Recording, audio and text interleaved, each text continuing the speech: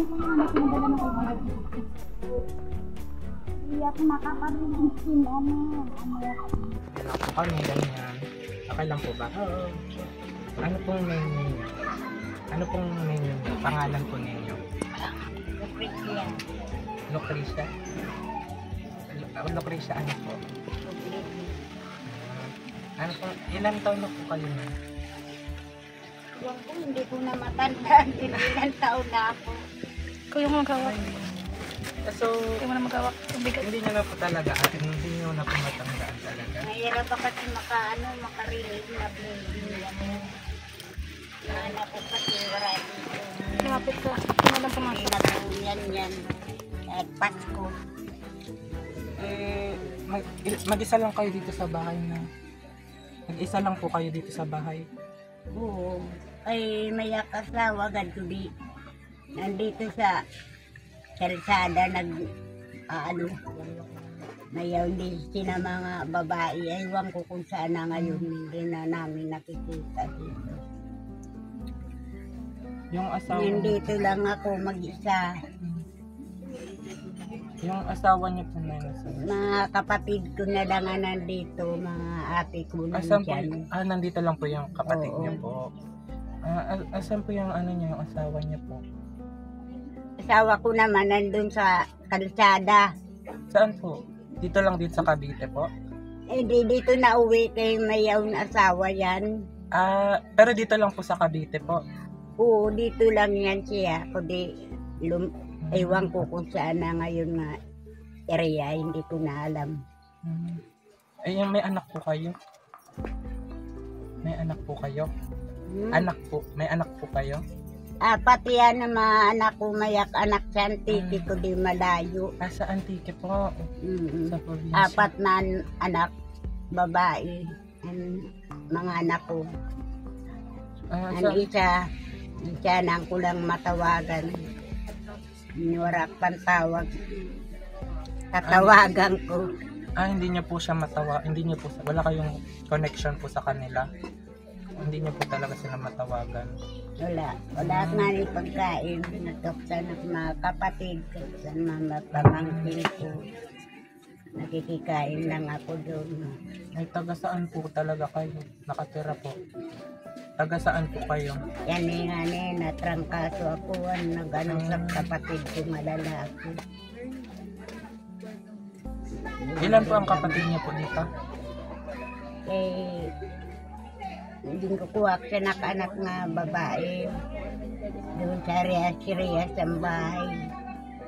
Ayaw ko doon kasi hindi siya kalumakiyan. Sa kanya, siya kanra kamag-anak sa nakasawa. Yung kapatid niyo po, yan? Ilan po sila? Ilan po ang kapatid niyo? Pati yan sila babae. Puro babae po kayo? Oo, wala kong anak nga lalaki, puro babae.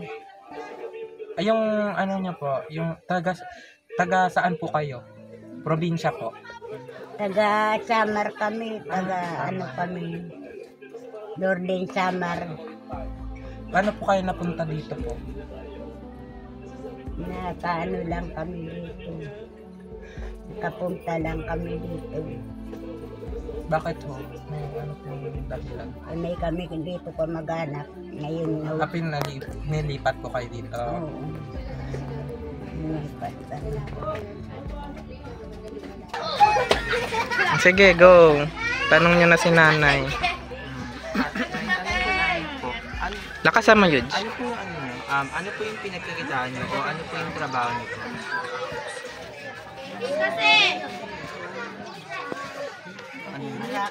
Orak trabaho, ganyan lang ang kami dito. Palakad-lakad. Kung saan ang pupunta. Dito lang sa area, hindi nalampas. Sa area lang. Nangingi ako sa mga kakilala ko, mga kapatid ko. Nabibigyan natin mayroon, wala. Mga pamangkin ko. Ito yung ano nyo? Ano ay parang, ano po yung mga personal po nyong parang healing sa buhay po? Wala naman. Dito po sa bahay niyo, Nay. Masaya po kayo dito sa bahay niyo na po na ito? Maliit. Matagal na kami dito yan. Ilang taon na po kayo dito, Nay? Kapunta lang kami dito kay wala kami tira. Natitira noon, malilit pa yan nga ako mga bata. Anak ginawa, nagsasama pa kami. Sabi ko dito na lang tayo sa kanal. Kay wala tayo pera, napanlupa. Ngayon na upang kundi wala pera. Pagdating sin kabayaran sa bahay, wala ka pera. Kadita alisong ka naman. Balisin Saan ka. ka pupunta? Mabuti na lang, nag-ano na lang kami dito sa gilid sa kanal. Kanal yan dito din ba? Ginawa niya lang to, Nay? Bahay na to? Ha? Ginawa niya lang to? Anak-asawa, parehak siya niluko, kundi matanda na siya. Niluko ak niya. Hindi na yan dito na uwi. Kaya din, sa mga barangay dito, din kulong siya doon sa bayan. Ang kaya sabi ko, pagkasakit mo, doon ka sa asawa mo, huwag ka dito sa akin.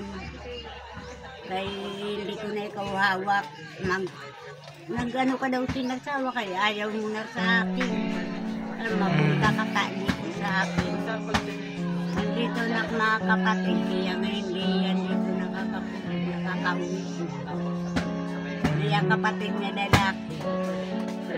Pag-uras na pumasok doon sa inyo, magugugin ka.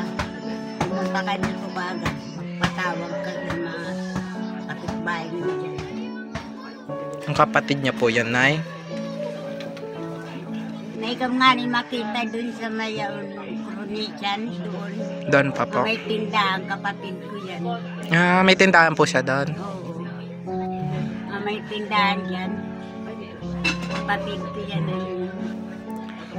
Pumupunta kayo doon, Nay? Oo, nagpupunta ko doon araw-araw. Anong ginagawa niya doon, Nay? Ngayon na, katatapos ko palang kumain. Doon ka kumakain, Nay? Oo. Minsan nagdadara na lang nga, dito kakain sa bahay. Nagdadala ka. Sige, ano next? Tanong lang po namin, kung nakakatanggap pa po kayo ng nakakatanggap pa po kayo ng tulong sa gobyerno? Parang po, ayuda kumbaga po. Ayuda. Nakakatanggap po kayo ng parang tulong po sa gobyerno, parang ayuda po. San mayaw nagbigayan mga ayuda, nakatanggap ako dito. Kaya din, ako doon, parehok ako doon sa matatanda, tuwaray na mga trabaho. Gobyerno po? Paano kayo kumukuha, Nay? Nakakuha na ako doon 2,000 sa barangay. Sa barangay. Yan Kailan lang yan, Nay? may tagal pa ako makakuha na. January yata, katapos ng Pasko. Makakakuha po kayo ulit ng ayuda pag nag-January na po. Senior na ka. Yan, Tulong po yung gusto niyo pong matanggap sa gobyerno? mga mayaw nagbibigay sa mga lata, mayaw ng bigas, mayaw may naman na nagbibigay sa pera ay mayroon.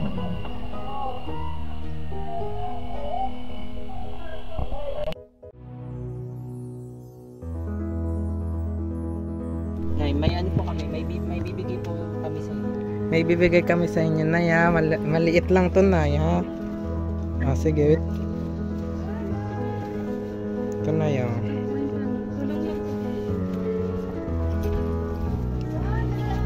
Yan po, Nay.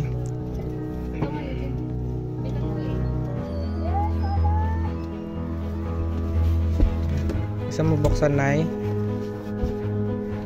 Ano lang to, Nay? Maliit lang po na pamasko lang. Yan po, Nay. May tulungan niya si Nay. Oo, buksan mo. Punta na lang yung kinunan dito. Meron kang gunting, Nay? Ah, sige. Ah, ito po, ala. Oh.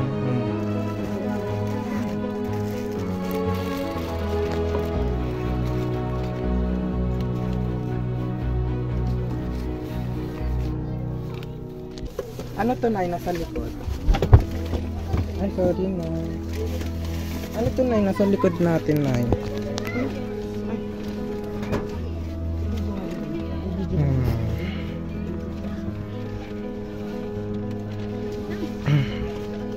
Ang bahay ni Nanay.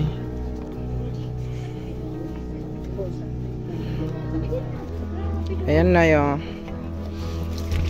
Sana po magustuhan nyo, Nay.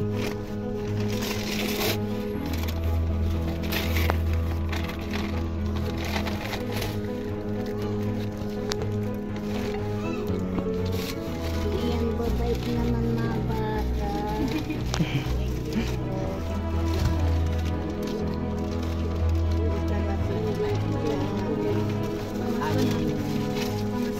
Maliit lang po yan. Para sa inyo. Pinag-ambag-ambagan lang po namin po. Bigas. Ang bigas.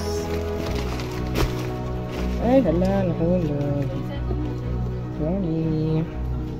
Ayan si Nanay. Thank you, Nay, ha. Salamat naman. Sana nagustuhan niyo ito, Nay.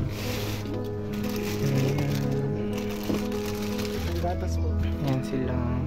Ganda naman na ni buhay. Magano naman na ni pinag-aralan. Nangag-aral pa kayo. Opo. College na po kami. Mabuti ay maganda na laan yung ano.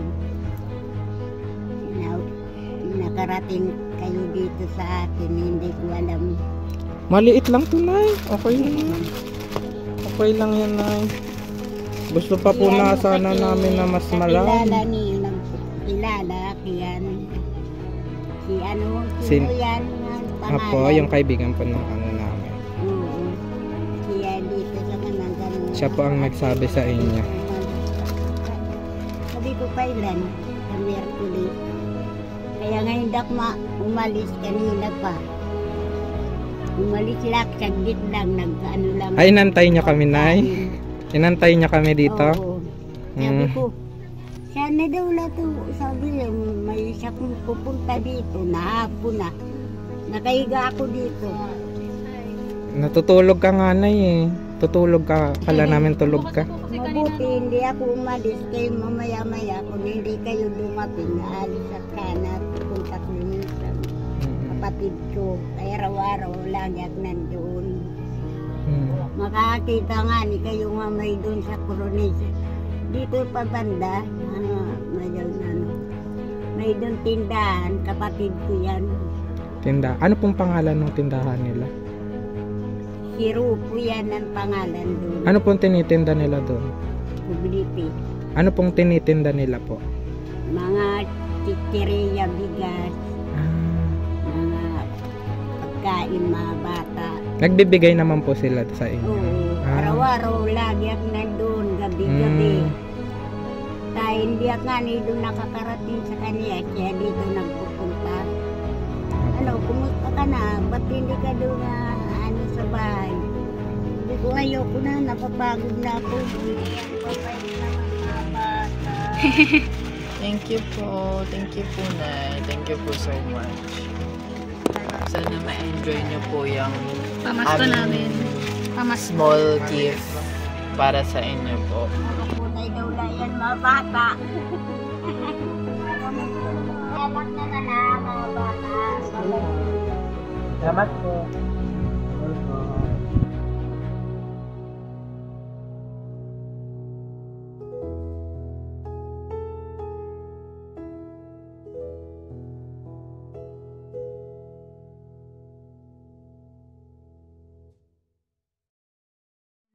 One of the things I've learned during the immersion is that we should help others and give what we can give out.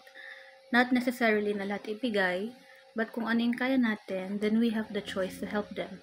Especially during this time, where almost all of the people's mentality is all men for themselves, which I understand because of how challenging it is today.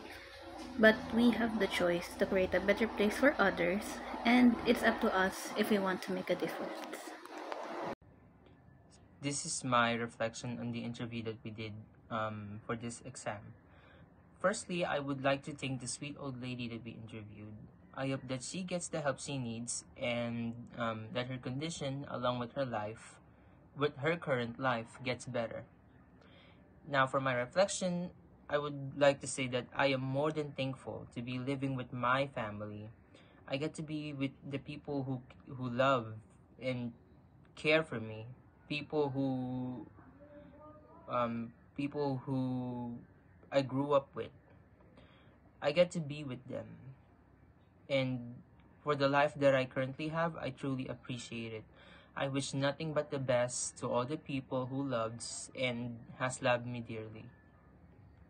Yung tulong na binigay namin ay Christmas pack with pasta, spaghetti sauce, canned fruits, nagbigay din kami ng bigas, mga dalata pang ulam, gatas at noodles. Altogether, hindi gaano kalaki yung binigay naming tulong sa kanya. Pero base naman sa reaction ni Ate Lucrecia, mukha namang natuwa siya sa regalo namin.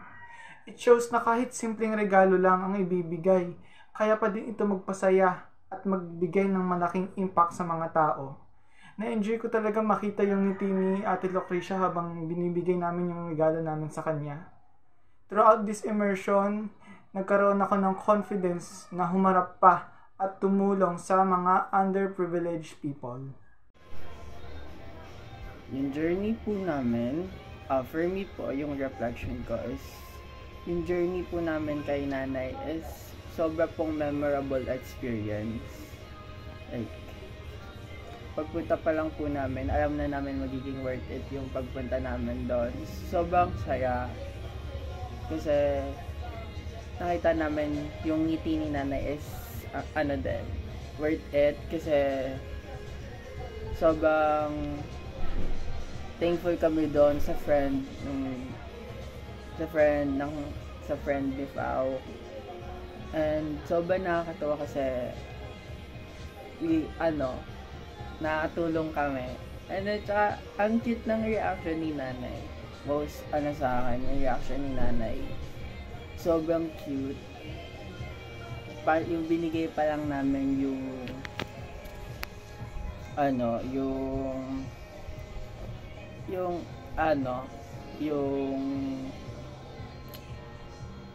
yung food, everything, yung lahat, sobrang saya. Tapos pagpunta namin, tapos yung naligaw pa kami, nakakatawa, ang cute din. Medyo nalito kami dun sa lugar, pero in the end, nakakuha din namin. Napuntahan namin si nanay. And then, cute din ng mga interview, interaction, pictures, lahat. So, ayun po. And, immersion that we did, we've learned so many things in life, especially na Ate Inday or Nanay Inday shared her story for us. And we're very thankful for that. And marami po kaming natutunan sa kanya. And we sympathize with her. And ayun po, medyo nakakaawa lang din po yung lagay niya since mag-isa na lang din po siya sa buhay. And yung bahay niya po, pang isang tao lang po talaga. Siguro po may magkakasya doon, hanggang 3 tao po. As in, like, apakaliit po ng bahay niya. And parang pinagtagpi-tagpi lang din po. Parang binuo niya lang din po. Or may tumulong sa kanya magbuo po nun. And parang hindi pa po yun isang buong bahay Parang isang kasya lang po yung isang kwarto na parang pang-isahan lang. Doon na rin po siguro siya natutulog. Parang kama niya na po yung sahig. Andun na rin po yung kusina niya. Hindi ko lang po alam kung saan siya nagluluto. And parang yung bahay niya po is merong mga plato sa gilid, tapos po dun sa likod po ng kortina is parang wala na pong sahig at wala na po siyang sahig at parang wala na pong semento doon and madilim na po, and cabinet po, yun doon po nakalagay yung cabinet niya. Makikita niyo naman po sa video yon. And ayun, siguro po nakakaawa lang din po na isipin na mag-isa na lang din po siya sa buhay niya, and wala na po yung mga anak niya, iniwan na din po siya. Yung sabi niya po, parang hindi na daw po dumadalaw sa kanya. Ganun din po yung asawa niya. Talagang nung kinakausap po namin siya, talaga ako po naawa po talaga ako sa sitwasyon niya, kasi may lola din po ako na gano'n, na parang nung nandito po siya sa amin is mag-isa lang po siya sa bahay niya, and binibisita na lang din po namin yon. And ayun po, hanggang sa nilipat po namin siya dun sa ibang family. And pero po mas nakakaawa po yung sitwasyon niya po talaga, kasi po yung mga kapatid niya na lang din po yung tumutulong sa kanya, and yung smile niya po talagang it's so precious po, na parang ay buti naman may mga nakaka-appreciate sa akin. Parang na-feel po namin yun, na parang ang saya po sa pakiramdam na makakita ng mapasaya po namin siya, and mabigyan ng kahit ganun po kaliit na halaga, na parang maliit na biyaya. And ayun po, talagang life is very unpredictable po talaga, and talagang we should cherish every moment with our family. And ayun po, sana po mabiyayaan po siya ng maraming blessings, and we hope for the best for her.